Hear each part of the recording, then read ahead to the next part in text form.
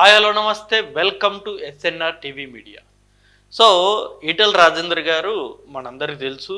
ఆయన రాజకీయ అనుభవం మోర్ దాన్ 20 years రాజకీయాల్లో ఉన్నారు. ఆయన తెలంగాణ రాజకీయాల్లో ఉద్యమంలో కూడా చాలా కీలకంగా మారిన వ్యక్తి. అప్పట్లో కేసీఆర్ గారికి నమ్మిన బంటు. ఇక కేసీఆర్ గారు ఒరిజినల్ అయితే ఈటెల రాజేందర్ గారు ఆత్మ లాంటి వ్యక్తి. అంత కీలకంగా ఉన్న వ్యక్తి. తర్వాత కాలాలు మారిన తర్వాత కొన్ని పరిణామాలు జరిగిన తర్వాత ఆయన కేసీఆర్ కోటర్ని వీడడం, అంటే బీఆర్ఎస్ పార్టీని వదిలేసి దాని తర్వాత బీజేపీ పార్టీలోకి జాయిన్ అవ్వడం జరిగింది. సో బీజేపీ పార్టీలో జాయిన్ అయిన తర్వాత కూడా చాలా కీలకంగా ఉన్నారు ఆయన కొన్ని అంశాల్లో. అంటే ఈ మధ్య కాలంలో ఈటెల రాజేందర్ గారి పేరు కూడా అంత ఎక్కడే కానీ అంతగా వినబడ్డం లేదు. జస్ట్ ఎక్కడో ఒక మూసీ నది దగ్గర వాళ్ళు ఎవరైతే ఈ పోరాటాలు చేస్తున్నారో వాళ్ళకి మద్దతుగా గతంలో ఈటెల రాజేందర్ గారు వెళ్ళి అక్కడ పోరాటాలు చేశారు. అక్కడొకటే వినబడింది. దాని తర్వాత ఎక్కువగా వినబడలేదు ఆయన పేరు. బట్ ఇవాళ ఉన్నట్టుండి మొత్తం ఎంటైర్ సోషల్ మీడియాలో మొత్తం తెలంగాణ రాజకీయం మొత్తం ఆయన చుట్టే తిరుగుతుంది ఇప్పుడు ప్రస్తుతం. ఎందుకు? దానికి ప్రధాన కారణం ఏంటి అంటే ఈ రియల్ ఎస్టేట్ వ్యాపారి మీద ఈటెల రాజేందర్ గారు దాడి చేయడం. ఈ వీడియోలో మీరు చూడొచ్చు. ఈటెల రాజేందర్ గారు వెళ్తున్నారు,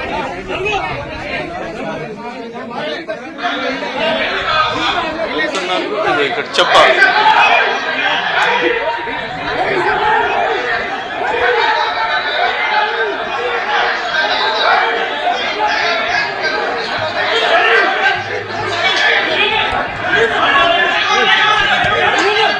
రియల్ ఎస్టేట్ వ్యాపారి దగ్గర అక్కడ వెళ్ళి ఏదో చెప్పడానికి ప్రయత్నాలు చేశారు. అక్కడ ఆయన ఏమన్నారో మరి ఏం జరిగిందో కానీ ఉన్నట్టుండి చాలా శాంతియుతంగా ఉండే ఈటెల రాజేందర్ గారు ఉన్నట్టుండి ఆయన మీద దాడి చేశారు. డైరెక్ట్ కొట్టేశారు ఆయన్ని. ఎవరు? ఈ రియల్ ఎస్టేట్ వ్యాపారి ఎవరైతే ఉన్నారో ఆ వ్యాపారి మీద దాడి చేశారు. ఈటెల రాజేందర్ గారు కొట్టంగానే ఈటెల రాజేందర్ గారి అనుచరులు మొత్తం ఆ రియల్ ఎస్టేట్ వ్యాపారాన్ని చితకబాదారు. ఇది కూడా మనం వీడియోలో చూడొచ్చు. ఇక్కడ క్లారిటీగా మొత్తం ఈటెల రాజేందర్ గారు ఎప్పుడైతే చేయి చేసుకున్న వెంటనే మిగతా వాళ్ళందరూ కూడా ఆయన్ని చితకబాదేశారు. సో ఈ వీడియో అన్నది ప్రస్తుతం తెలంగాణ ఎంటైర్ రాజకీయం మొత్తం దీని చుట్టూ తిరుగుతుంది. ఈ వీడియో చుట్టూనే ఏంటి ఈటెల రాజేందర్ గారు ఇంత శాంతియుతంగా ఉండే ఈటెల రాజేందర్ గారు దాడి చేయడం ఏంటి అని చెప్పేసి. సో దీనికి ప్రధాన కారణం ఏంటి? అసలు ఈటెల రాజేందర్ గారు ఇంత సీరియస్ అవ్వడానికి కారణం ఏంటి అని ఒకసారి మనం చూసుకున్నట్టయితే ఏక్శిలా నగర్లో 700 ఇల్లులు ఉన్నాయి. మిగిలిన వారు ఇల్లు కట్టుకోవడానికి పర్మిషన్కి వెళ్తే అనుమతి ఇవ్వడం లేదు. మున్సిపాలిటీ ఎల్ఆర్ఎస్ ఇవ్వడం లేదు. రియల్ ఎస్టేట్ బ్రోకర్ స్థానిక నాయకులను అట్టు పెట్టుకొని 100 మంది గూండాలను 10 కుక్కలను పెట్టి మరీ ఈ ఏక్శిలా నగర్ వాసులను భయభ్రాంతులకు గురి చేస్తున్నారు. సో అక్కడ జరుగుతున్నది ఏంటంటే అక్కడ ఈ ఏక్శిలా నగర్ ఏదైతే ఈ మేడ్చల్ పరిధిలో వస్తుందో ఆ ఏరియాలో ఆల్రెడీ 700 హౌసెస్ అనేవి ఉన్నాయి, 700 ఇల్లులు ఉన్నాయి. సో కొత్త వాళ్ళు ఎవరన్నా ఇల్లు కట్టుకోవాలంటే దాని పర్మిషన్ ఆబ్వియస్లీ అప్లై చేసుకోవాలి. సో ఎల్ఆర్ఎస్ అప్లై చేసుకుంటే ఈ ఎల్ఆర్ఎస్ అనేది ఇవ్వడం లేదంట. సో దానికి ప్రధాన కారణం ఏంటంటే ఆ ఎల్ఆర్ఎస్ ఇవ్వకుండా అక్కడ కొంతమంది రియల్ ఎస్టేట్ వ్యాపారులు అధికారులతో కుమ్మక్కై, ప్రభుత్వం పెద్దలతో కుమ్మక్కై ఎల్ఆర్ఎస్ ఇవ్వకుండా అక్కడున్న భూమి మొత్తం కబ్జా చేయాలనే ప్రయత్నాలు చేస్తున్నారు అని చెప్పేసి ఆ నగర మొత్తం ఏరియా అందరూ కూడా ఈటెల రాజేందర్ గారికి కంప్లైంట్ ఇవ్వడం జరిగింది. మాకు ఇలా అన్యాయం జరుగుతుంది అని చెప్పేసి. ఆడవాళ్ళను ఇష్టం వచ్చినట్లు తిడుతున్నారు, దౌర్జన్యం చేస్తున్నారు. గూండాలు ఎంత బెదిరించినా సంయమనం పాటించి పోలీస్ స్టేషన్కి వెళ్ళి బాధితులు కేసులు పెడుతున్నారు. Pocharam police station SI, CI వాళ్ళకే సపోర్ట్ చేస్తున్నారు. వారి ఎంగిలి మెతుకులు ఆశపడి కబ్జాదారులను పక్షం వహిస్తున్నారు తప్ప పేదల పక్షాన ఆలోచించడం లేదు. నిన్న నా దగ్గరికి బాధితులు వచ్చి వారిని పెడుతున్న ఇబ్బందులు మొరబెట్టుకున్నారు. నేను వెంటనే సిపి గారికి ఫోన్ చేసి పోలీస్ వ్యవహరిస్తున్న తీరు సరిగ్గా లేదని చెప్పాను. కలెక్టర్కి ఫోన్ చేసి రోజు ఏదో ఒక కబ్జా మీద ఫోకస్ చేయాల్సి వస్తోంది, మీరేం చేస్తున్నారని అడిగాను. నేనే స్వయంగా ఈరోజు వస్తా అని చెప్పా. రాత్రిపూట వాళ్ళు గూండాలు ఎంపీలు వచ్చి ఏం పీకుతాడని చెప్పి మహిళలను బెదిరించారు అని చెప్పేసి నిన్న ఈటెల రాజేందర్ గారు ప్రెస్ మీట్లో ఒక నిన్న జరిగిన అంశం మీద కూడా ఆయన ఒక క్లారిటీ అనేది ఇవ్వడం జరిగింది.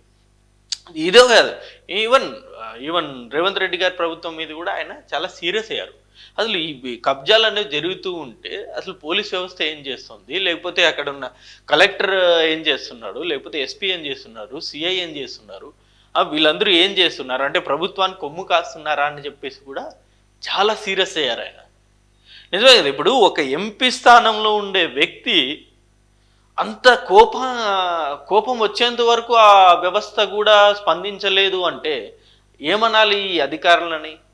నిజంగా ఇప్పుడు 700 ఇల్లులు ఉన్న ఆ ఏరియాలో కొత్త ఇల్లులకి ఎందుకని పర్మిషన్ ఇవ్వట్లేదు? ఎల్ఆర్ఎస్ అని ఎందుకు ఇవ్వట్లేదు? ఎల్ఆర్ఎస్ ఇదే కదా ఇప్పుడు సోషల్ మీడియాలో మొత్తం అడుగుతోంది. ఇప్పుడు మనందరికీ తెలుసు ఈటెల రాజేందర్ గారు చాలా అంటే చాలా కూల్గా ఉంటారు. ఎప్పుడే కానీ ఇంతవరకు రాజకీయాల్లో ఆయన ఎప్పుడు కోప్పడింది కూడా లేదు. ఈవెన్ ఆయన మీద కేసులు బనాయించిన కూడా గత బీఆర్ఎస్ ప్రభుత్వంలో ఎప్పుడే కానీ ఆయన సీరియస్ అనేది అవ్వలేదు. బట్ ఉన్నట్టుండి ఒక్కసారిగా ఒక రియల్ ఎస్టేట్ వ్యాపారి మీద ఆయన చేయి చేసుకున్నారంటే అంశం ఎంత సీరియస్గా ఆయన తీసుకున్నారో దీన్ని బట్టే మనకు అర్థమవుతుంది. సో దీని మీద మరొక రకరకాల కామెంట్స్ అనేవి కూడా చేస్తూ ఉన్నారు.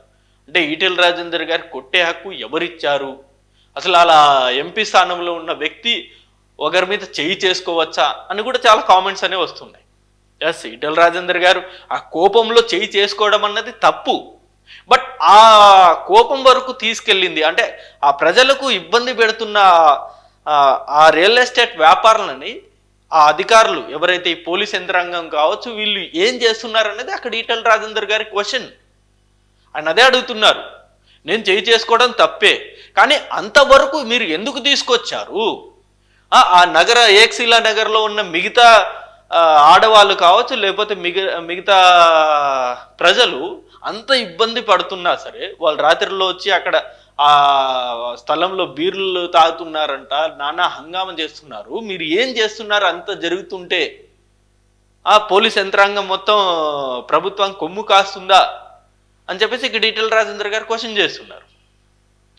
యాజ్ ఏ జనరల్గా ఒక ఎంపీ స్థానంలో ఉన్న వ్యక్తి జనరల్గా చేయి చేసుకోకూడదు, అది ఎవరు కూడా సమర్థించరు. ఎందుకంటే అక్కడ మనకు ఒక పోలీస్ వ్యవస్థ ఉంది, న్యాయ వ్యవస్థ ఉంది, ఇలాంటివి చాలా ఉన్నాయి. ఇప్పుడు ఒక ఎంపీనే చేయి చేసుకున్నారంటే అది ఇప్పుడు మొత్తం ఈవెన్ నేషనల్ మీడియాలో కూడా ఇదే కొంచెం ఇష్యూ అయ్యేలా ఉంది, అంటే అంశం అయ్యేలా ఉంది ఆ టాపిక్ అంశం. ఎందుకంటే ఒక వ్యక్తి మీద ఎంపీ చేయి చేసుకున్నారంటే నాట్ ఏ సింపుల్ థింగ్ అది. సో ఏది ఏమైనప్పటికీ ప్రస్తుతం అయితే ఈ ఈటెల రాజేందర్ గారి ఎపిసోడ్ అయితే తెలంగాణ రాజకీయాలని మొత్తం ఆయన చుట్టే తిరుగుతుంది, ఆ వీడియో చుట్టే. దీన్ని కొందరు సమర్థిస్తున్నారు, కొందరు వ్యతిరేకిస్తున్నారు. సో మరి చూడాలి దీని మీద. మరి ప్రస్తుతానికైతే బీఆర్ఎస్ స్పందించలేదు, ఇటు కాంగ్రెస్ పార్టీ కూడా స్పందించలేదు ఈ దాడి మీద. ప్రస్తుతం ఈటెల రాజేందర్ గారు రియల్ ఎస్టేట్ వ్యాపారి మీద దాడి చేసిన అంశం మీద ఎవరే కానీ స్పందించలేదు. మరి వాళ్ళు ఏంది, ఇటు వీళ్ళని సపోర్ట్ చేస్తారా, రియల్ ఎస్టేట్ వ్యాపారాలను సపోర్ట్ చేస్తే అటు ప్రజల్ని వ్యతిరేకించినట్టే, లేకపోతే ఇప్పుడు ఈటెల రాజేందర్ గారు కొట్టిన అంశాన్ని వీళ్ళు ఎవరన్నా తప్పు పడితే అటు రియల్ ఎస్టేట్ వ్యాపారాన్ని సపోర్ట్ చేసినట్టే. సో మొత్తానికైతే ఇక్కడ ఈటెల రాజేందర్ గారిని సపోర్ట్ చేయక తప్పదు, అంటే రాజకీయ పరంగా చూసుకుంటే. బట్ కొట్టడం చేసుకోవడం అనేది తప్పు.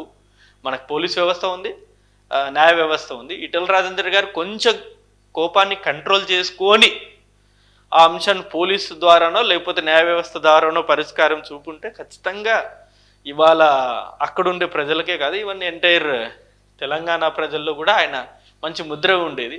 బట్ ఇలా దాడి చేయడం వల్ల కొంచెం నెగిటివిటీ అయితే ఖచ్చితంగా ఎంతో కొంత అయితే ఉంటుంది. ఇలా ఎంపీనే దాడి చేయడం కరెక్ట్ కాదు కదా అని చెప్పేసి కూడా కామెంట్స్ అనేవి వస్తూ ఉన్నాయి. సో ఇది అంశం. అండ్ ఈ అంశం మీద నిజంగా నిన్న ఈటెల రాజేందర్ గారి దాడి చేసిన అంశం మీద మీ అభిప్రాయాన్ని కూడా కింద కామెంట్ రూపంలో తెలియజేయండి. Thank you for watching this video. Thank you.